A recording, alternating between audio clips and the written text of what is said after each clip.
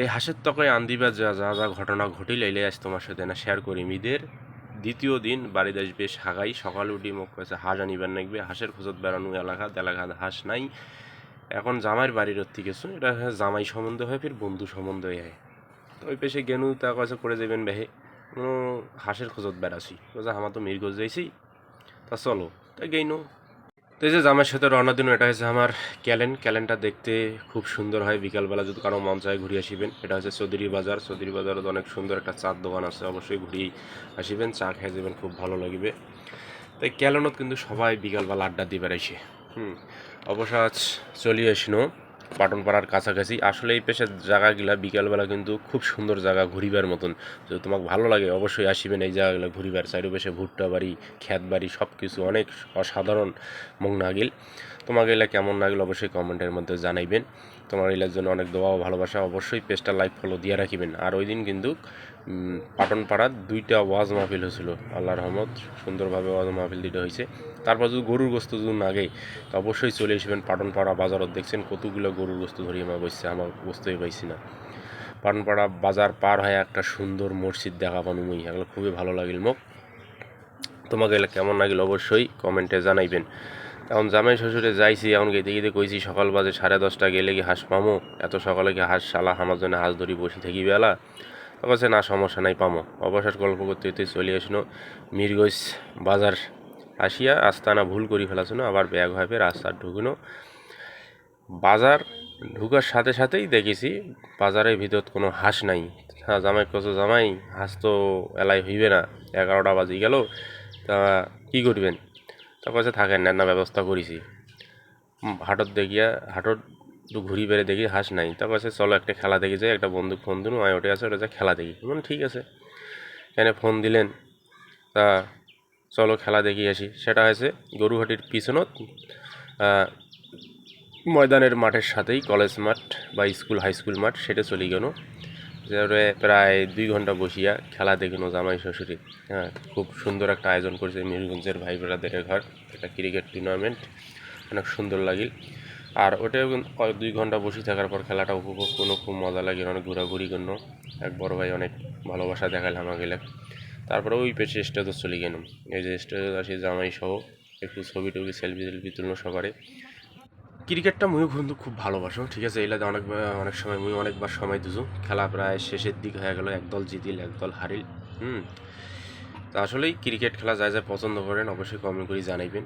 আর অবশেষ অনেক 2 ঘন্টা বসে থাকার পর এটাই আর কি দেখে নেবো আমার man of the match, man of the series দেখার পর চলে গেল আবার বাজার যে ভাইয়া 2টা মুরগি একটা হাঁস কিনে ধরিয়া শুনে একটা হাঁসের দাম 700 টাকা। আসিয়া ফির কী হইল, বাড়িতে আসে হাঁস দিনু, সেই হাঁস শুকুরি টুকুরি কাটি কুটি এলাম মুখ কষে আনবো। এমন মুখ না গেতে আন্দিবার ভাইয়া। হ্যাঁ, ও শুনু যেহেতু মেলা দিন পথ দিল আন্দিবার, তেনা মজা করি আনতো যেহেতু বাড়ির নয়া শাখাই এসেছে মোর, টান দিয়ে না খয়ে বারে নেকবি। তাই যে তেল পেঁয়াজ দিয়ে না নাড়ানাড়ি ঘাটাঘাটি করছ, তেমন নালও পড়েছে। বাড়িয়ালি এলা কয়েছে শাখায় কত না আসে মানে কখন আইসে আসুক সুস্থ মতন হাঁসটা রান্না করো সুন্দরভাবে, তারপর কখন আইসে আসুক রাইতে সকালে এসব আসিবি এলা। তারপর দিয়া দিনু মরিচ বাটা, আদা বাটা, রসুন বাটা, জিরা বাটা, তারপরে দিয়া দিনু হাঁসের গোস্তটা। হ্যাঁ, সুন্দরভাবে একটা কালারিং চলে আসিবি এলা, তোমার দেখা পাইবেন।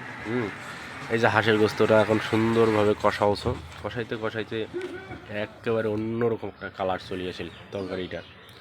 আর হাঁসের গোস্ত কিন্তু যদি সঠিকভাবে না কষান বা সঠিকভাবে রান্না না করেন কিন্তু হাঁসের তরকারিটা কিন্তু খাবার পাবেন না তোমরা। তারপরে হলদি দছ, তারপরে লবণ দেন। আবার সেই শাখায় ফোন দিল করে গোনা কষে যাইছি যেতে বিকাল হইবে, মানে ঠিক আছে আইসো। হলুদ লবণ দিনু দিয়া না গরম মশলার গুঁড়া ঢালি দিনু, দিয়ে একটা সুন্দরভাবে একটা কষান একটা মারি দিনু। হ্যাঁ, তোমার এলার জন্য জিভাত পানি চলে এসে, বুঝছেন। মাঝে মাঝে কিন্তু মেনা রান্নাও করো, কারণ বাড়ির মেনা মেহমান টেহমান বেশি আসলে না রান্না বান্নার দায়িত্ব মোর হয়। এই কারণে মোর না চাপ বাড়ি যায়, ঠিক আছে। তখন বেচার কাম সমক করিবেন নাকি, বোঝেন নাই। সব আছে বিনোদনের জন্য এই কথাগুলো কওয়া হয়েছে, তাই অন্য মাইন্ডে কাহো নেন না। বাড়ির কাজ মাঝে মাঝে একটু সহযোগিতা করার দরকার। যেটা কাজ জানেন সবাই ওইটা কাজ হেল্প করবেন, তাদের বাড়ির সবাই খুশি হইবে। এই দেখছেন হাঁসের রান্নাটা একবারে অন্যরকম কালার চলে এসছে।